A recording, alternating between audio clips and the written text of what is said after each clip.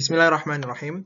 Alhamdulillahilladzi qad waffaqa lil ilmi khaira khalqihi walid tuqa hatta nahat qulubuhum li nahwihi famin 'azimi sya'nihi lam tahwihi. Thumma salatu ma' salamil laiqi ala nabiyyi afsahil khalaiqi Muhammadin wal ali wal ashabi man atqanul qur'ana bil i'rabi wa ba'du. Fassalamualaikum warahmatullahi wabarakatuh. Teman-teman semua peserta Al-Mudarasah Shaifiyah, insyaallah hari ini kita akan melanjutkan kembali pertemuan kedua dari rangkaian Mudarasah Shaifiyah, rangkaian acara Mudarasah Shaifiyah, Murojaah Kitab Al-Muyassar fi Ilmin Nahwi. Dan pembahasan hari ini yaitu tentang tarkib fil lughatil arabiyyah. Kita akan membahas bagaimana frasa dalam bahasa Arab tersebut terbentuk. Nah, sebelum kita masuk ke pembahasan materi, kita akan bahas dua poin yang sempat kita singgung sebelumnya. Dan kedua poin ini sudah jadi tugas opsional buat teman-teman semua. Dan Masya Allah, sebagian dari kita sudah luar biasa menjawabnya. Yaitu yang pertama adalah tentang 3 kalimat atau 3 kata yang tersusun, ya. Pertanyaannya bagaimana kita membaca 3 kata tersebut?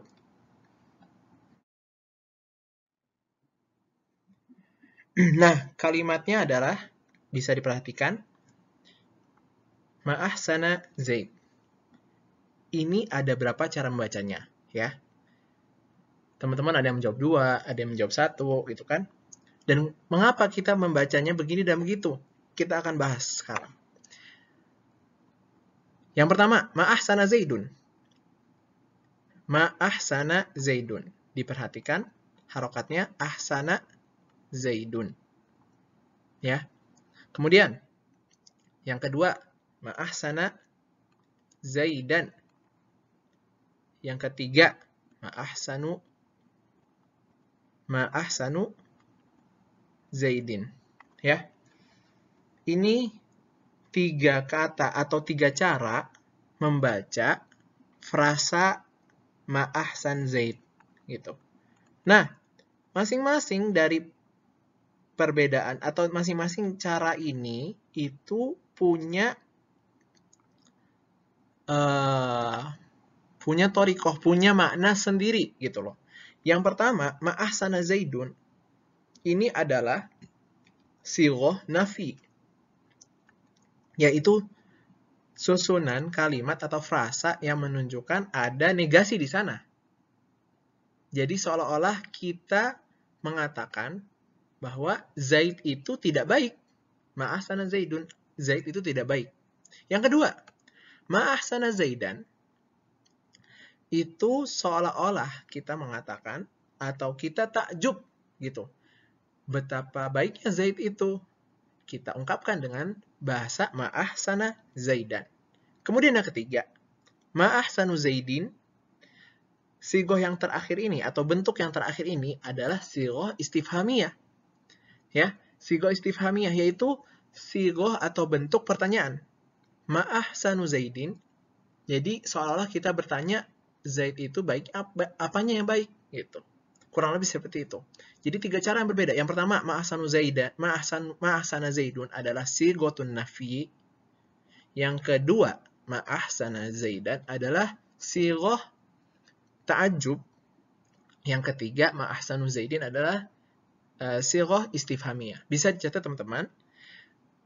Perbedaan dari ketiga kalimat, ketiga cara membaca ini, gitu kan. Dan inilah fungsi atau buah dari kita mengapa harus belajar nahwu gitu.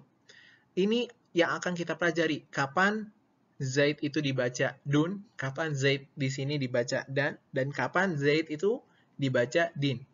Semua akan kita tahu nanti setelah kita belajar mendalam tentang ilmu nahwu dari sisi mu'rabnya, dari sisi mabninya, kemudian marfu, mansub dan majrur dan semuanya, semua masail yang akan kita pelajari pada waktunya biidznillah ta'ala.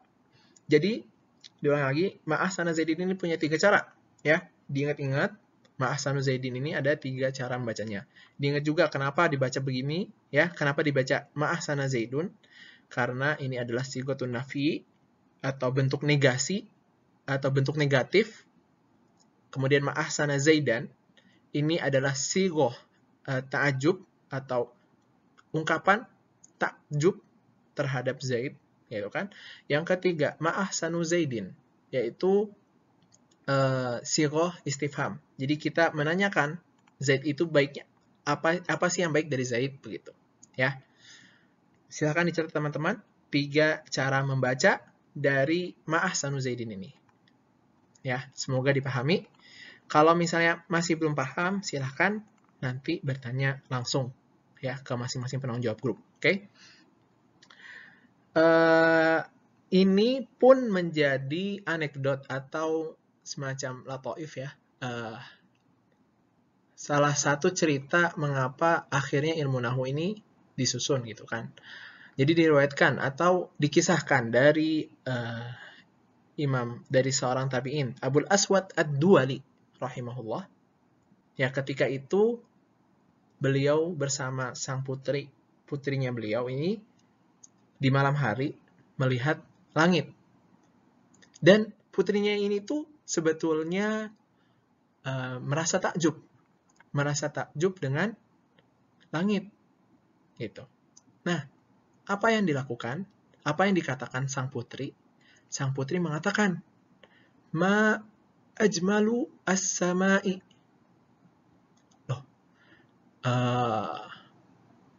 Sang putri kaget ketika Abul Aswad Ad-Duwali, ayahnya, mengatakan nujumuha.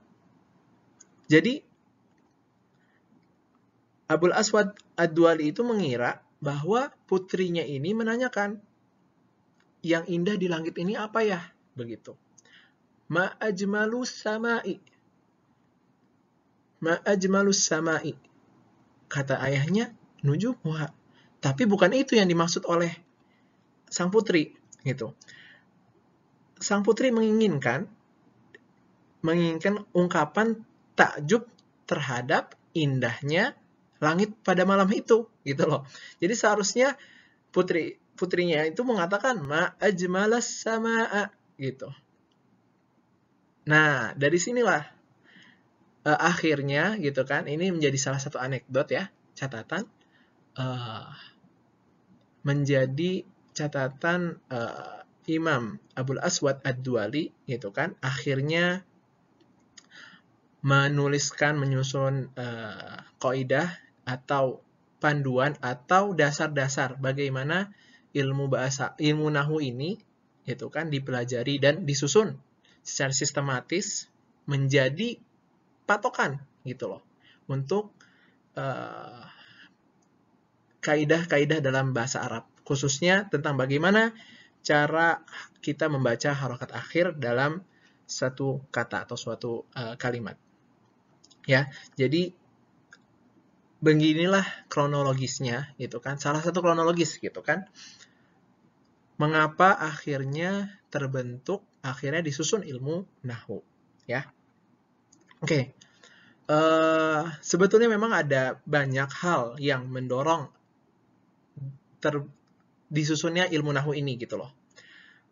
Mengapa disusunnya ilmu nahwu itu kan? Karena pada asalnya gitu kan dengan adanya asimilasi atau pergabungan antara orang-orang yang ajam dengan Arab seiring dengan meluasnya futuhat, ya meluasnya berbagai penaklukan wilayah yang dilakukan oleh khilafah Islamiyah pada zaman itu, ya kan? Akhirnya ada asimilasi, terutama asimilasi masalah bahasa antara kaum yang Arab, ya, para native speaker orang-orang Arab ini dengan non-Arab, ajam, gitu. Dengan ada percampuran ini, gitu kan, akhirnya ada mukhalatah, ada kesalahan-kesalahan, atau ada pelemahan-pelemahan yang muncul gitu loh. Akhirnya mustawa atau tingkatan bahasa Arab, penguasaan bahasa Arab ini mulai melemah gitu loh. terkhusus di kaum muslimin pada saat itu, gitu kan. Akhirnya nggak fasih lagi perkataannya orang-orang itu, gitu kan. Nggak seperti ketika zaman Arab, nggak seperti orang-orang Arab ini sebelum adanya futuhat, adanya penaklukan yang waktu itu daerah wilayah mereka, kekuasaan mereka hanya sebatas Jazirah Arab aja gitu. Nah, tapi seiring perkembangan wilayah Islam gitu kan, banyak negara-negara yang akhirnya ikut masuk dalam wilayah kekuasaan Islam gitu kan. Akhirnya menyebabkan lemah dan banyaknya kesalahan dalam pelafalan huruf bahasa Arab. Gitu kan. Dan waktu itu sangat aib bagi orang ya, terutama orang Arab ketika salah melafalkan i'rab atau harokat akhir dalam suatu kalimat gitu. Itu kurang lebih singkatnya bagaimana perjalanan ilmu nahwu ini akhirnya terbentuk gitu loh. Makanya Imam Khalifah Ali bin Abi Thalib radhiyallahu anhu itu mengatakan kepada Abul Aswad Ad-Duali gitu kan, unhu hadzan nahwa.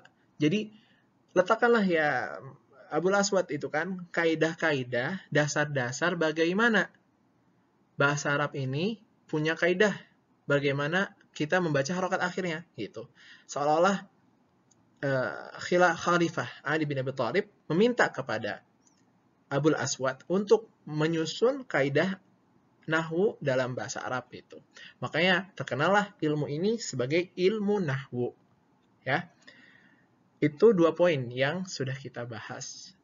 Ya, sempat kita singgung sebelumnya. Jadi yang pertama adalah cara membaca ma'ahsanu Zaid, ya kan? Atau ma'ahsana Zaidun atau ma'ahsana Zaidan. Kemudian poin yang kedua adalah siapa yang mencetuskan ilmu nahwu ini. Meskipun sebetulnya banyak silang pendapat ya, nggak semua ulama itu sepakat kalau Abul Aswad Ad-Duali inilah yang mencetuskan ilmu nahwu. Tapi cukuplah untuk kita sebagai pengetahuan dasar bahwa beliaulah yang mencetuskan ilmu nahwu ini. Gitu kan. Kemudian kita masuk ke pembahasan kita. Nah, ini kita lihat dulu ya pola sederhana dari tarkib di dalam bahasa Arab. Ini ada Zaid, ada Muhammad, ya. Zaid dan Muhammad ini ceritanya saling pukul-memukul. Ya, doroba, ya. Zaidun doroba Muhammadan. Nah, sebetulnya pola dalam bahasa Arab itu tidak jauh berbeda dengan pola bahasa Indonesia, gitu. Di sini ada fa'il, di sini fi'il, di sini maf'ul bih. Kurang lebih sama, SPO gitu loh. Ya. Kita lihat contoh yang lain, Muhammadun, ya. Zaidan, ya, doroba. Jadi Muhammadun doroba Zaidan. Nah, fungsi atau susunan frasa dalam bahasa Arab ini nggak jauh dari bahasa kita. Kurang lebih ada kemiripan. SPO gitu loh. Ada subjek, kita mengatakan ini subjek atau disebut fa'il dalam bahasa Arab. Gitu kan. Ada predikat yang bisa kita sebut fi'il dalam bahasa Arab gitu kan. Ada objek yang bisa kita sebut maf'ul bih. Jadi, ya, sederhananya kita nahwu ini paham gitu loh. Posisi kata ini di mana gitu, sebagai fa'il kah atau sebagai subjek kah atau sebagai objek kah gitu loh. Karena ketika fungsi atau posisinya itu berbeda, harokat akhirnya akan berbeda. Contoh, Zaid ketika menjadi subjek itu harokatnya dhammatain. Tapi ketika menjadi objek menjadi fathatain, ya kan? Nah, begitu juga Muhammad ketika menjadi objek dia harokatnya fathatain. Nah, tapi ketika menjadi subjek atau fa'il dia harokatnya dhammatain. Nah, inilah tadi ya, kenapa kita harus belajar bahasa Arab. Ini yang sederhana gitu kan. Kalau yang pertama, Zaid itu memukul Muhammad. Kalau yang kedua, Muhammad yang memukul Zaid, begitu ya. Semoga dipahami. Kenapa kita belajar nahwu? Ya, fungsinya ini supaya kita nggak salah paham dengan frasa, dengan susunan dalam bahasa Arab gitu. Oke, semoga dipahami poin penting ini ya. Ini semoga bisa menjadi istilahnya titik berangkat kenapa kita harus belajar ilmu nahwu. Dengan kita tahu kenapa, jadi faktor why ini itu kan kita jadi termotivasi, semoga kita jadi lebih termotivasi gitu kan untuk bisa lebih memahami Al-Qur'an, untuk bisa memahami as-sunnah hadis gitu kan, bisa lebih memahami kutub-kutub atau literatur-literatur ulama klasik. Kalau kita nggak bisa paham masalah subjek, predikat, objek ini, bagaimana kita bisa paham itu semua gitu kan? Sekarang ke tarkibun fil lughatil arabiyyah. Ya, yang pertama, unsur yang paling kecil dalam bahasa Arab itu ada namanya al-harf. Ya, contohnya a, ba, ta, jim, dan seterusnya. Kemudian, yang kedua, al-kalimah. Jadi huruf ini, huruf nanti akan membentuk al-kalimah. Contohnya zaid, zahaba, ila. Nah, kemudian dari kalimah ini nanti akan membentuk menjadi jumlah, al-jumlah. Contohnya, zahaba zaidun ilal madrasah. Ya, Zaid telah pergi ke sekolah. Jadi, ini unsur terpenting dalam susunan frasa dalam bahasa Arab. Al-harf, al-kalimah, kemudian al-jumlah. Ya, diingat, ini 3 poin penting. Kita belajar nahwu itu nggak akan jauh dari pembahasan ini. Al-harf, al-kalimah, al-jumlah. Jadi ini objek pelajaran kita dalam ilmu nahwu yang sudah kita singgung sebelumnya gitu. Maudhu ilmu nahwu ini apa? Ya ini, kita pelajarin ini semua gitu loh. Objeknya kita mempelajari bagaimana al-kalimah itu posisinya dalam suatu jumlah gitu kan, hingga menyebabkan harokat akhirnya pun bisa berbeda gitu. Seperti yang sudah kita lihat contohnya, 2 contoh tadi yang sudah berlalu. Oke, sekarang kita bahas satu-satu ya. Dari ketiga poin tadi, ada al-harfu, ada al-kalimah, ada al-jumlah. Kita bahas dari yang pertama. Al-harfu, yaitu adalah, ya, al-harfu adalah ma yatarakkabu minhul kalimah. Jadi, segala sesuatu atau apapun yang membentuk suatu susunan al-kalimah. Al-kalimah ini apa? Al-kalimah ini adalah kata, gitu kan. Jangan yang kita maksud kalimat dalam bahasa Indonesia ya. Al-kalimah ini di sini adalah kata dalam bahasa Arab. Ya. Jadi al-harfu. Ketika al-harfu ini bersatu, gitu kan, huruf-huruf ini bersatu, maka akan membentuk suatu kalimat. Contohnya tadi ada Zaidun atau ada Muhammadun. Zaidun ini adalah susunan Zaid, susunan huruf Zai, ya, dan dal. Itu kan menyusun suatu kalimat, suatu al-kalimah ya, yaitu Zaid itu. Nah, dalam kitab Al-Muyassar fi Ilmi Nahwi, Kyai Aceng hafizahullah membagi al-harfu ini sebetulnya menjadi 2. Yang pertama adalah al-huruful hijaiyah, atau bisa kita sebut, bisa dicatat teman-teman, ini karena nggak sempat terlewat, huruful mabani. Huruful mabani. Kenapa huruful mabani? Itu kan. Nah, karena huruf-huruf ini itu bergabung menjadi membangun suatu susunan al-kalimah. Ya, bergabung dan membangun suatu susunan al-kalimah. Makanya disebut huruful mabani. Dengan huruf-huruf ini terbangunlah suatu kalimat, begitu. Apa aja huruful hijaiyah atau huruful hijaiyah atau huruful mabani ini? Yaitu ada alif, huruf alif sampai huruf ya, itu. Jadi huruf al-huruful hijaiyah ini adalah semua alfabet dalam bahasa Arab, dari huruf abjad dalam bahasa Arab, dari alif ya sampai ya, itu. Ya, bisa catat teman-teman. Nah, sekarang pertanyaannya, ada berapa huruf hijaiyah dalam bahasa Arab? Nanti ini menjadi evaluasi. Ya, evaluasi bisa dicari berapa huruf hijaiyah, apakah disepakati semua hurufnya? Nanti kalian jawab di link Google Form yang akan kita berikan. Kemudian yang kedua, al-huruf huruful ma'ani, ya. Huruful ma'ani. Nah, sebetulnya huruful ma'ani ini bahasannya itu nanti ada pada al-kalimah. Kenapa? Nanti kita akan temukan jawabannya. Jadi huruful ma'ani ini adalah huruf-huruf yang sebetulnya dia punya makna gitu loh. Kalau yang tadi huruful hijaiyah atau huruful mabani ini nggak punya makna gitu loh. Dia huruf-huruf aja gitu. Susunan huruf-huruf aja. Nah, huruful ma'ani ini contohnya ada waw yang artinya itu adalah dan. Yang kedua ada thumma, ya. Thumma ini artinya kemudian. Kemudian habis itu yang ketiga ada fa. Fa ini kita terjemahkan maka bisa ya. Kita bisa terjemahkan maka atau kadang ini sekedar imbuhan atau sekedar tambahan yang kita gunakan ketika kita ingin mengatakan atau membuat suatu jumlah atau suatu kalimat dalam bahasa Arab. Kemudian yang keempat ada ka, ya. Yang keempat itu ka. Ka ini artinya untuk mentashbih, untuk menyerupakan gitu loh. Ya. Ka seperti bisa kita terjemahkan seperti itu. Seperti, ya.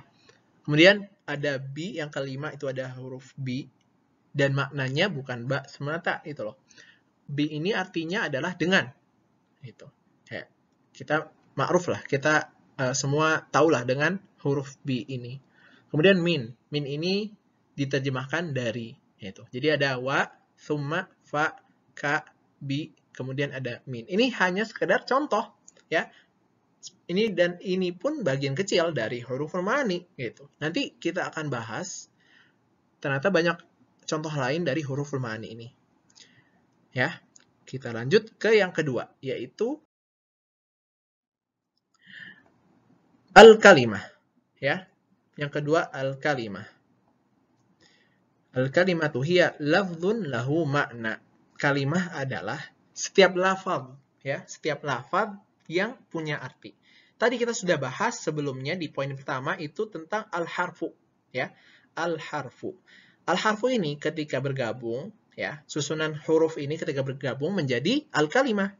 Nah, kalimah ini apa? Ya. Istilahnya kalau dalam bahasa Indonesia al-kalimah ini kita terjemahkan sebagai kata, ya, kata. Al-kalimah hiya lafdzun lahu makna. Nah, sedangkan dalam kitab itu disebutkan bahwa al-kalimatu hiya lafdzun lahu makna. Setiap kata atau setiap lafaz yang mempunyai makna gitu. Ya. Nah, al-kalimah itu sendiri akan kita lihat nanti itu ternyata terbagi menjadi 3 gitu. Yang pertama ada al-ismu. Yang kedua ada al-fi'lu. Yang ketiga ada al-harfu. Ya. Nah, al-ismu kalimatun dallat ala ma'nan walam tuqtaran bizamanin. Ya. Ini kalimah. Al-ism ini merupakan suatu kalimat yang menunjukkan makna. Suatu makna walam tuqtaran bizamanin dan tidak terikat dengan waktu sedikit pun. Jadi al-ismu ini kita sebut sebagai kata benda. Tapi kita nggak akan pakai istilah kata benda ini nanti di pelajaran kita ke depan. Tapi kita akan pakai al-ismu. Jadi diingat teman-teman, al-ismu ini apa? Gitu. Al-ismu ini adalah kalimatun dallat ala maknan. Jadi suatu lafaz, ya, kalimah yang menunjukkan suatu makna. Dia punya makna. Gitu. Walam tuqtaran bizamanin. Tapi maknanya tidak terikat dengan waktu sedikit pun.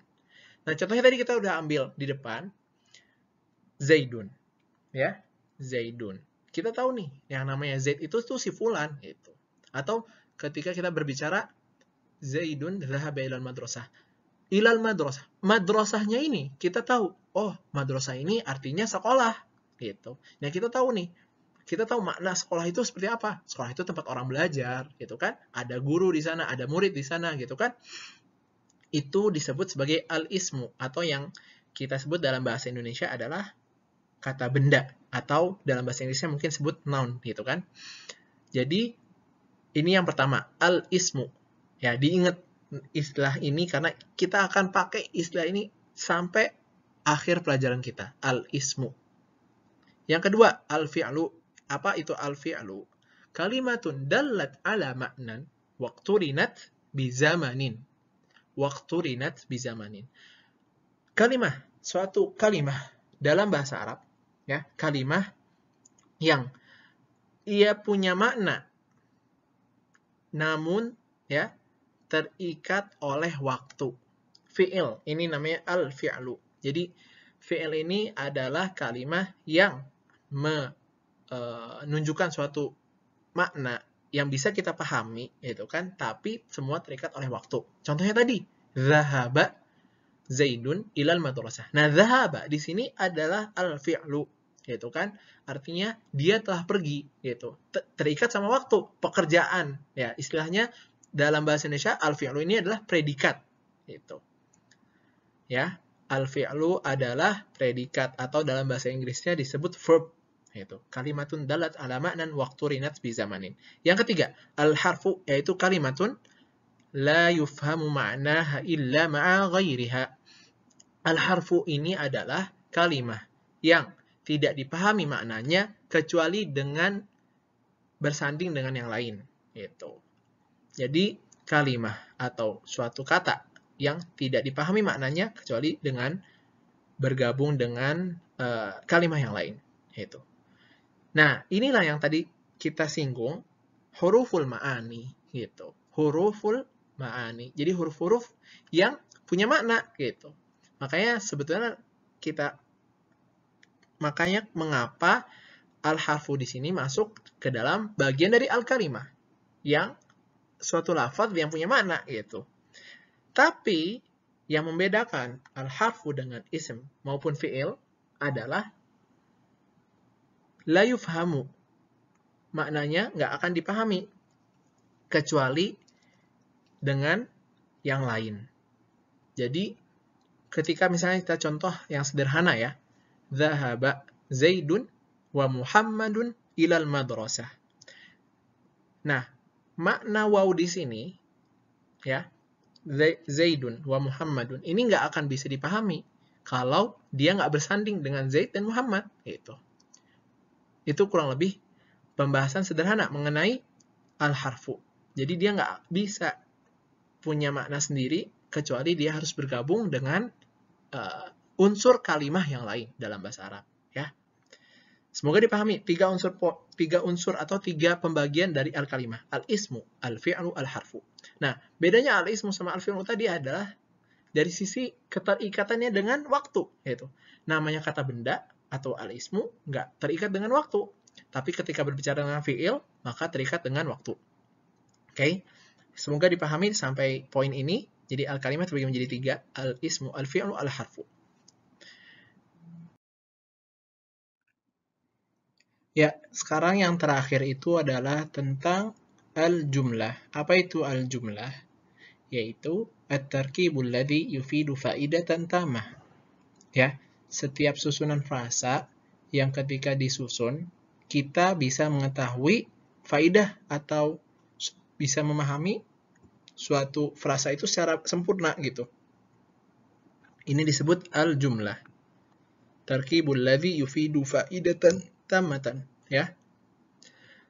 Ketika misalnya al-kalimah itu tersusun itu kan, maka kita bisa memahami makna yang sempurna. Akan kita lihat contohnya pada pembahasan ini. Yang pertama, kita akan lihat pembagian dari jumlah dulu, ya. Al-jumlah al-fi'liyah. Yang kedua adalah al-jumlah al-ismiyah. Ya, al-jumlah al-ismiyah ini itu kan adalah jumlah yang diawali dengan al-ismu. Tadi kita udah bahas al-ismu itu apa, ya kan? Yaitu kata benda, ya, kata benda. Al-ismu itu kata benda. Tapi kita sekarang sepakat buang jauh-jauh istilah dari kata benda itu. Sekarang mulai hari ini kita pakai istilah al-ismu. Yang pertama. Yang kedua, al-jumlah al-fi'liyah itu adalah jumlah yang didahului oleh al-fi'lu. Al-fi'lu itu apa? Ya, predikat atau verb dalam bahasa Inggris, gitu kan. Tapi sekali lagi, buang jauh-jauh istilah dari al-fi'al, buang jauh-jauh istilah dari kata kerja, predikat atau yang lainnya. Gitu. Pokoknya sekarang kita pakai al-fi'lu. Karena kita akan temui istilah-istilah ini dalam pembahasan-pembahasan yang akan datang. Ya. Kemudian, contohnya al-jumlah al-ismiyah, yaitu Zaidun daraba Muhammadan. Ini tadi sudah kita baca sebetulnya contoh jumlah ini. Zaidun, ya, Zaid telah memukul Muhammad. Nah, pada jumlah ini didahului oleh Zaid. Zaid itu sebagai apa? Sebagai isim. Itu. Tadi apa isim itu sih? Kalimatun dallat ala ma'nan walam tuqtaran bi zamanin. Jadi satu kata yang punya makna tapi tidak terikat dengan waktu. Zaid terikat nggak dengan waktu? Nah, itu kan? Enggak kan? Maka ini disebut isim. Kemudian yang kedua, contohnya dari jumlah al-fi'aliyah. Dhahaba Zaidun ilal madrasah, ya. Zaid telah pergi ke sekolah, gitu. Dhahaba, ya, dhahaba ini adalah kata kerja. Al-fi'lu maksudnya, ya. Al-fi'lu, gitu. Artinya Zaid telah pergi ke sekolah, itu. Ya, semoga dipahami dari kedua pembagian dari jumlah ini. Ada jumlah ismiyah, ada jumlah fi'liyah. Nanti kita akan pelajari jumlah ismiyah ini nanti ada pembahasannya, yaitu dalam pembahasan al-mubtada wal khobar, gitu. Nanti jumlah fi'liyah di sini nanti pembahasan nanti di fa'il dan fi'il fa'il, gitu.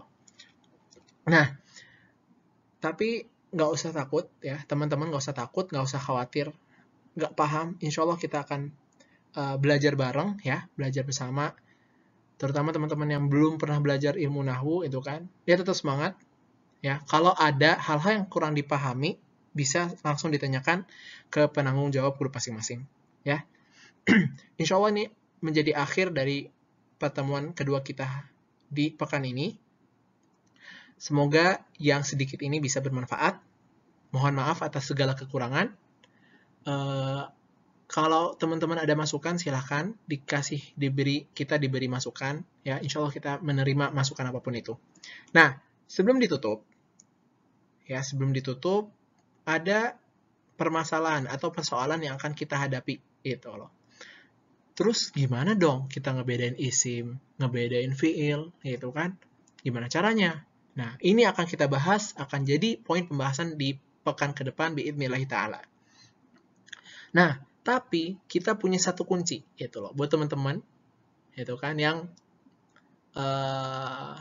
dengan kunci ini insya Allah, gitu, kita bisa langsung membedakan antara isim dengan fi'il itu. Apa kuncinya? Kita lihat. Nah, kuncinya sebetulnya adalah sederhana, gitu, yaitu hifdzul mufradat fil lughatil arabiyyah. Jadi kita menghafal mufradat yang ada dalam bahasa Arab, itu. Menghafal vocabulary kata-kata dalam bahasa Arab, itu. Ini kunci penting sebetulnya.